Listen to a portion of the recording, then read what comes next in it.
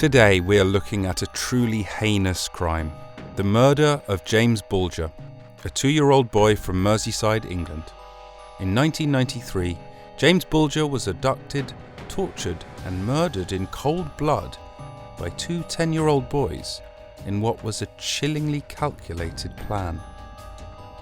James Patrick Bulger was born on 16th of March 1990 in Kirkby, England. His parents, Ralph and Denise, had previously lost a daughter who was stillborn. However, James was their bundle of joy and the picture of health. James was a cheerful child with big blue eyes and light brown hair. He was constantly smiling and making his parents laugh. Denise adored James and was very protective of him.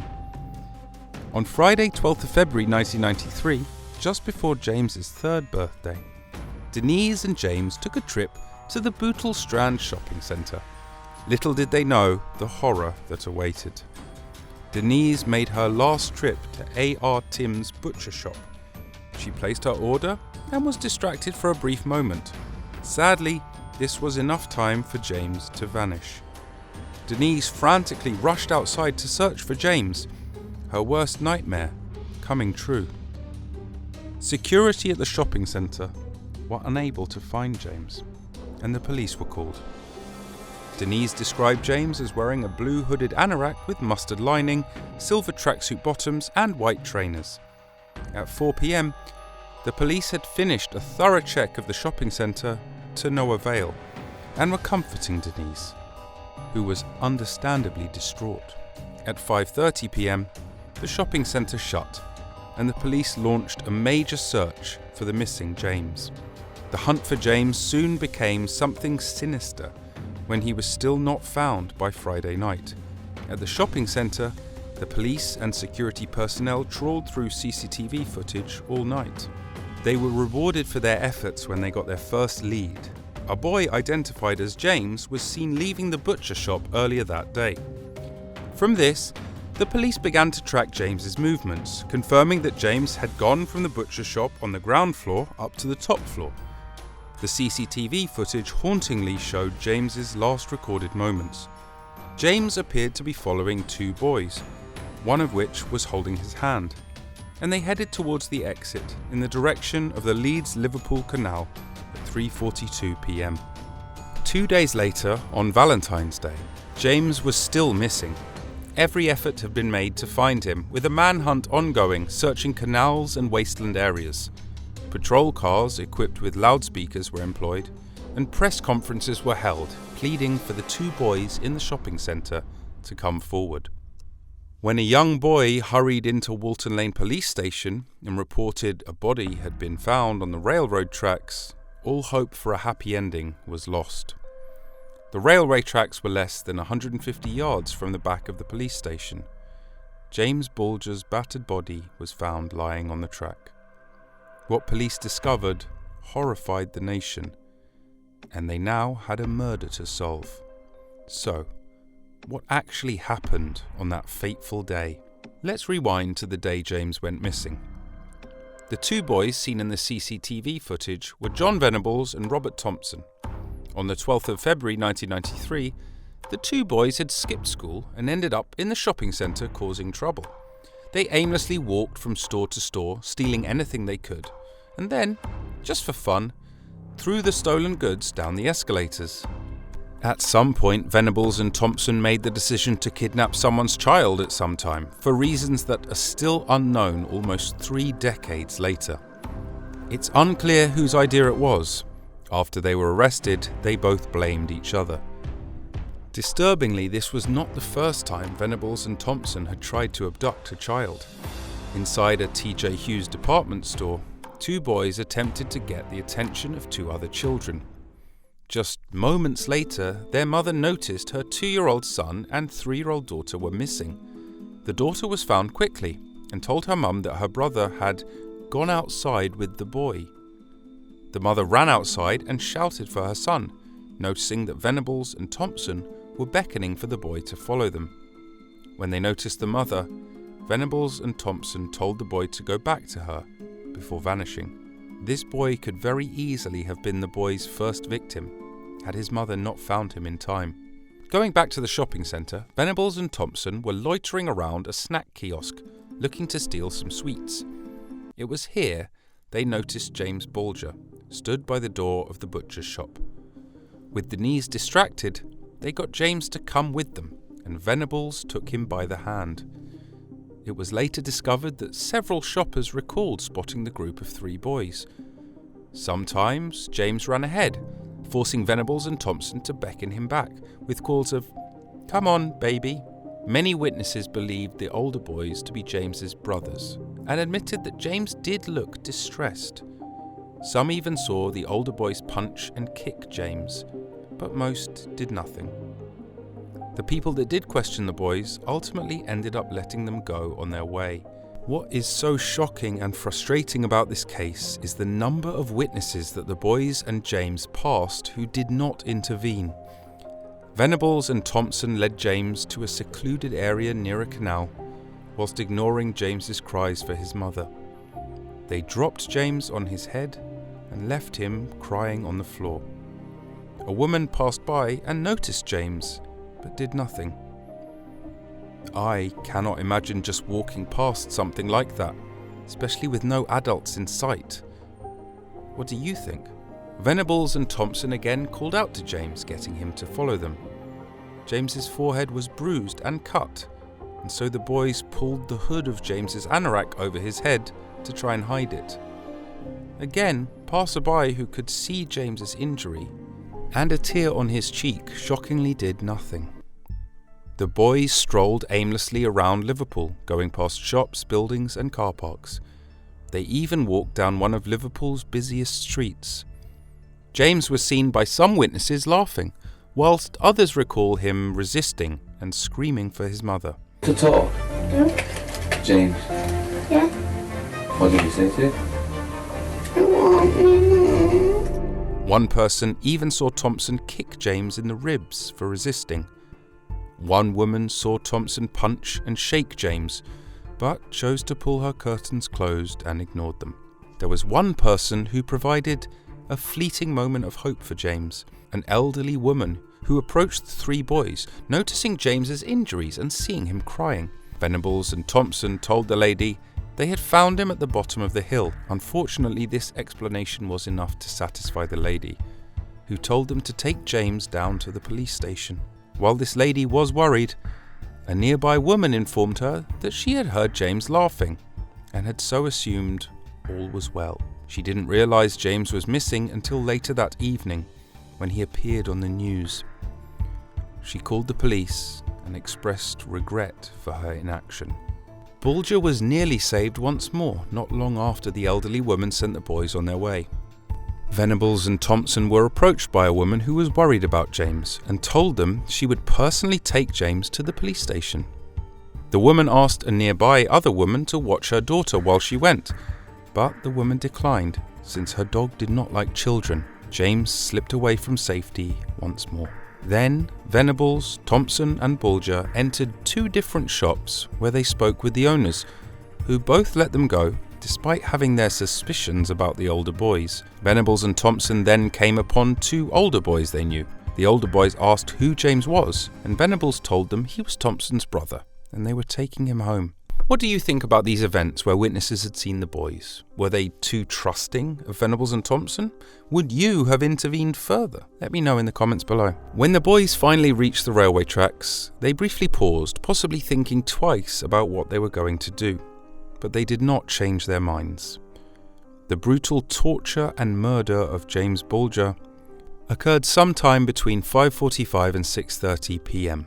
What Venables and Thompson did to this young boy is truly horrific. They had stolen some blue paint from the shopping centre, which they splashed in James's left eye. Then they kicked him, threw bricks and stones at him, and stuffed batteries in his mouth. Finally, the boys hit James over the head with a 22-pound iron bar, resulting in 10 skull fractures. Once they had killed James, Venables and Thompson placed his body across the train tracks in an attempt to make the whole thing look like an accident, before a train came along and severed the body in 2. In total, James sustained 42 injuries to his face, head and body. His injuries were so severe that it was impossible to determine which one had caused his death. The next day, the search continued, but all led to nothing. With little to go on, Jamie's parents were treated as suspects until police eventually saw the CCTV footage from the shopping centre. The CCTV images were released to the media and the story went nationwide. James's father felt relief when he saw the footage of James leaving with 2 boys. He told his wife, "He's with 2 young kids. He's going to be all right." 2 days after James's appearance, his body was found on the railway tracks by 4 children. The iron bar, stones and bricks used in the attack were all discovered scattered over the area. They were all stained with James's blood. The stolen blue paint container was discovered nearby. After realizing James's murderers were likely to be children, police checked nearby schools' absentee records for the day of James's disappearance. As a result, many children were identified as potential suspects. Some parents even reported their own children. Ultimately, it was an anonymous phone call to the police, which identified John Venables and Robert Thompson as the murderers. The caller informed police that Venables and Thompson had both missed school on Friday, and that they had personally noticed blue paint on Venables' jacket sleeve. When the police went to the houses of the 2 boys, they saw blue paint on Venables' jacket and blood on Thompson's shoes. Venables and Thompson weren't initially the top suspects, despite this evidence.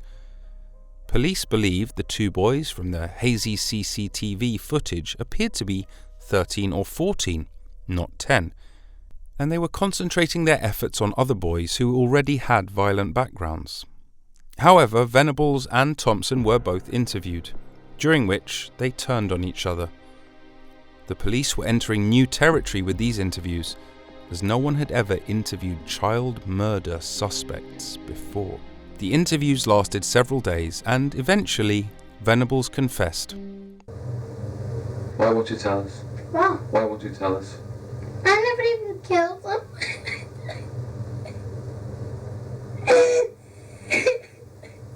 However, Thompson's interviews were not so easy, and he denied everything until he accidentally tripped up by giving the detective a detailed account of what James had been wearing. Throughout his interview, Thompson remained disturbingly unfazed, earning him the nickname "the boy who did not cry" from the media. An unsettling moment occurs during the interviews when Thompson imitated a crying James pleading for his mother. Venables and Thompson were both charged with James's murder on the 20th of February 1993, and 9 months later their trial began. Both boys pleaded not guilty. Having both turned 11, they had become old enough to be convicted of murder in the UK. Witnesses and the media noted Thompson's icy, seemingly remorseless demeanour during the trial, in contrast to Venables' emotional outbursts. This only heightened the disgust felt by the public. It was widely believed that Thompson was the instigator, although psychologists have never been able to determine the boys' motivations. However, it was determined that the boys did know right from wrong and that they weren't sociopaths. During the trial, 38 witnesses were called to the stand to reveal what they saw at the various stages of James's final journey. The witnesses blamed themselves for not interfering, but they weren't to know the terrible crime that was about to be committed. During the trial, forensic evidence against the boys included blood samples from James, which were matched to blood found on one of the boys' shoes. A pattern of bruising on James's right cheek was matched to a shoe one of the boys was wearing.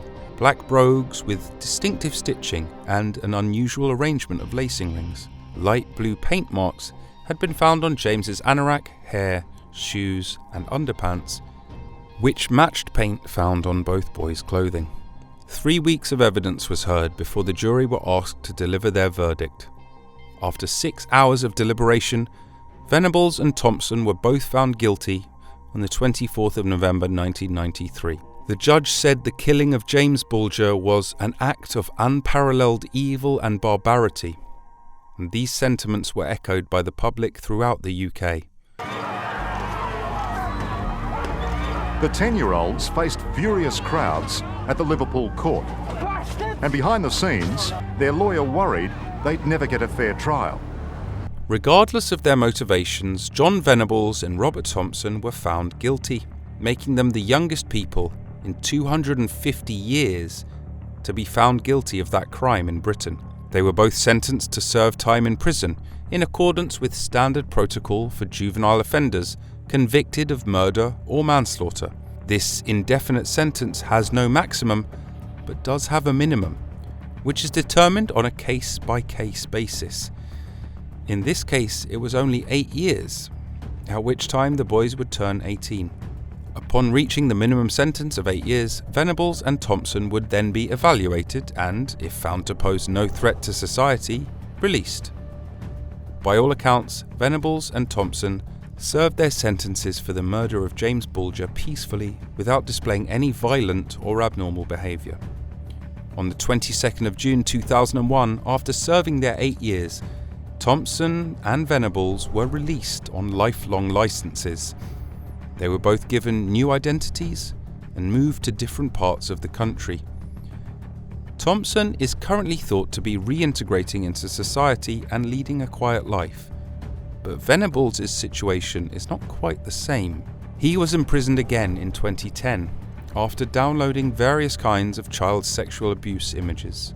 When Venables became eligible for parole, James's father, Ralph Bulger, told the parole board that Venables should not be released because he could not forgive his son's killers. Despite this, Venables was released. In November 2017, further child abuse photographs and a paedophile manual with advice on having sex with children were found on Venables' computer, and he was imprisoned once more, sentenced to 3 years and 4 months, just under half the amount of time he served for the murder of James Bulger. To date, no significant attempts at retaliation have been made.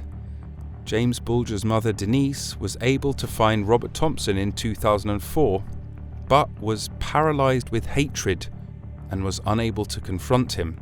A 2018 petition by James's mother calling for a public inquiry into the case received almost 214,000 signatures, meaning that the issues will be discussed in Parliament in 2022. James's father has called for Venables to be stripped of his anonymity due to his repeated offending against children. He has also questioned whether there were possible sexual motives behind James's murder. The Bulger family did not receive any counselling after their son's death, which they are also questioning. Whilst Denise and Robert are no longer together, they both believe a public inquiry is long overdue in order to flush out the truth about the issues surrounding this case.